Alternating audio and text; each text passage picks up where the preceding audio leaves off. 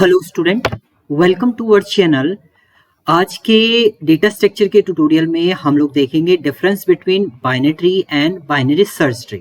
तो बहुत सारे बच्चे कंफ्यूज रहते हैं कि बाइनरी ट्री क्या है, बाइनरी सर्च ट्री क्या होता है आपका, क्योंकि दोनों में आपका डिफरेंस रहता है दोनों बाइनरी ट्री, बट दोनों की कंडीशन जो है वो डिफरेंट रहती है। इसमें बहुत ज़्यादा कन्फ्यूजन होता है आपका। सो सिंपल अगर हम बाइनरी ट्री की बात करते हैं तो a hierarchical structure where each node had at most 2 children। एक हायरार्किकल स्ट्रक्चर होता है जिसमें हर एक नोड के एट मोस्ट मैक्सिमम 2 चाइल्ड हो सकते हैं आपके। उसके अलावा एक सिंगल चाइल्ड भी हो सकता है और चाइल्ड नहीं भी हो सकता है। सिंगल चाइल्ड भी यानी 0 चाइल्ड, 1 चाइल्ड और 2 चाइल्ड, मैक्सिमम 2 चाइल्ड आपके होंगे। होता इसमें भी यही है।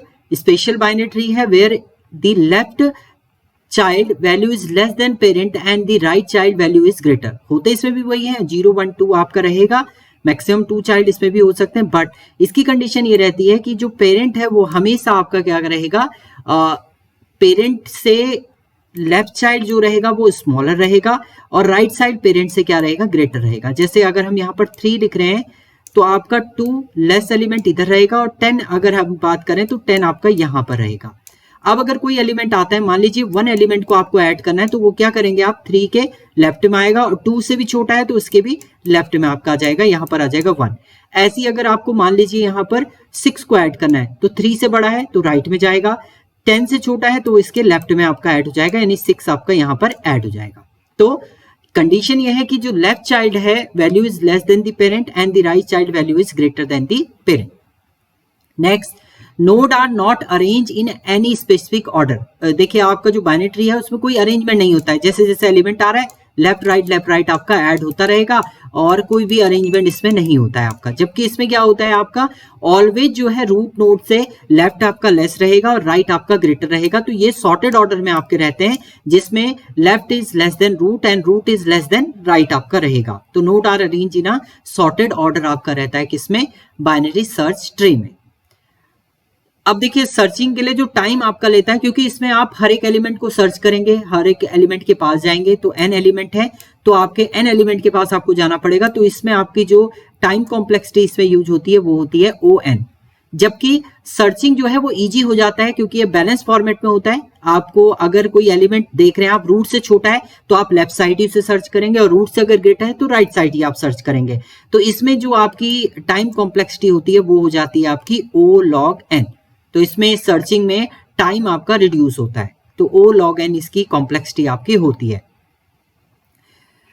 इसमें देखिए insertion can be random without following any rule. आपका रैंडमली आप डेटा को इंसर्ट कर सकते हैं, रैंडमली आप कहीं पर भी डेटा को इंसर्ट कर सकते हैं, कोई इसमें रूल आपके फॉलो नहीं होते हैं। जबकि अगर आप बाइनरी सर्च ट्री की बात करेंगे आप, तो insertion must maintain the BST, binary search tree property. इसकी प्रॉपर्टी को वो क्या करेगा, मेंटेन करेगा। प्रॉपर्टी क्या है कि रूट एलिमेंट पेरेंट जो है वो लेफ्ट से बड़ा होगा और राइट से आपका क्या रहेगा, छोटा रहेगा। अगर यहाँ पर आप लिख रहे हैं P लिख रहे हैं तो यहां पर आप A लगाएंगे और यहां पर आप R लगा सकते हैं। तो ये ग्रेटर, देखिए P से छोटा एलिमेंट आपका A है वो लेफ्ट साइड आ गया और ग्रेटर एलिमेंट आपके राइट साइड। या नंबर की बात भी करेंगे आप, 10 आपने लिखा है तो यहां पर आप 6 लिख सकते हैं, यहां पर 15। तो ये रूल आपका फॉलो करेगा, ये प्रॉपर्टी के अकॉर्डिंग आप इंसर्ट करेंगे एलिमेंट को। अब नया एलिमेंट अगर आपको इंसर्ट करना है, मान लीजिए आपको इंसर्ट करना है 13, तो आप पहले देखेंगे 10 से बड़ा है तो लेफ्ट राइट साइड जाएगा, 15 से छोटा है तो उसके लेफ्ट में, यानी 13 आपका क्या हो जाएगा, यहां पर आपका ऐड हो जाएगा।